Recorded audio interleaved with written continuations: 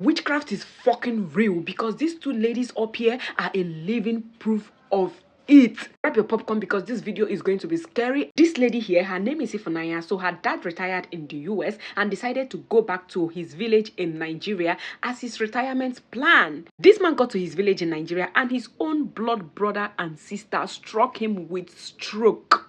They started diverting his pension of $5,000 to building a house for themselves.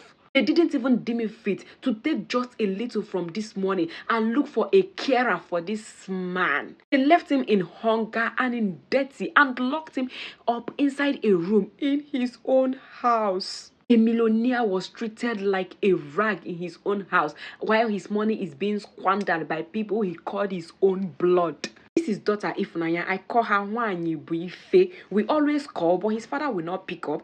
She will call the father's brother and sister. They will tell her that everything is okay, that when they get home, they will give the phone to her father. And that is all. She will never hear from them again. Then she decided to come to Nigeria herself to know what is happening to her father. All these were happening within the space of 7 months. She got to Nigeria and this wicked auntie and uncle denied her access to her own father's house. They refused her of seeing her father. She involved the police and the community. When she finally saw her father was malnourished, bedridden, he couldn't speak, he was in death.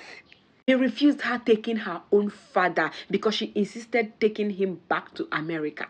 They used juju to make her father to hate her and say no to her request, but God intervened. Even her father's brother that is also in America was a culprit to this whole game. They wanted this man dead and they will pretend like he's still alive and still be collecting his pension. Even after successfully taking her father back to America, they were still fighting her spiritually. Men, your children and your wife are your first family. Have this at the back of your mind. None of your family member wants you to do more better than them. And for this lady here, her father and her mother was unalived by her auntie and cousin from her mother's side out of jealousy. Back in the days, her father and her mother went to London and they were squatting with her mother's sister, and luckily for these couples, things were moving really fine and fast for them and they bought their first house. And when they announced the news to this her mother's sister, she called them ungrateful that after everything she has done for them, they decided to buy a house for themselves. She called the police on them, they got arrested, they were sent to prison and they lost the house because they had gotten the house with a fake name, which was something that is common back in the days. Luckily for them, they still found a way to pick themselves up and everything started going well for them again. And her father built a house back in Ghana as their retirement plan. Then the jealousy tripled. Before you know it, her mother had a kidney failure. She was in and out of dialysis.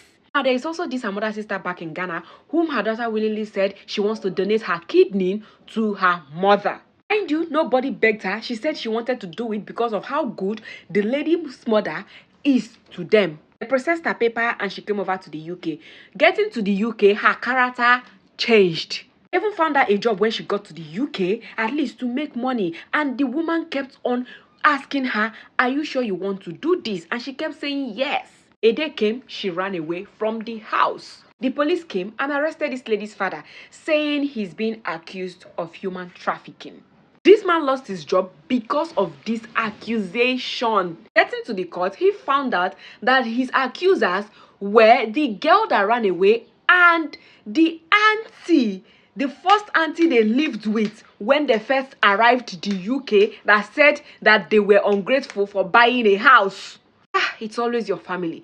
When they broke the news to her mother, she couldn't believe it. Mind you, when this girl was still in their house, her mother had a dream when she was beaten by a dog. She woke up with a severe pain on that particular leg. She lived with that pain for a very long time. God so kind, her father won the court case and was proven non-guilty. And then he decided to take his family to Ghana for vacation, just to clear his head from everything that has been happening. They visited her mother's side and they were all surprised to see her walking with her 2 legs. They said the girl's mother that wanted to donate her kidney had said that her leg has been amputated. After the vacation, they went back to the UK. Her mother's leg got infected and that leg was then amputated. Now she's on kidney dialysis plus the amputated leg. Father was always taking her to the hospital till the day his strength failed him.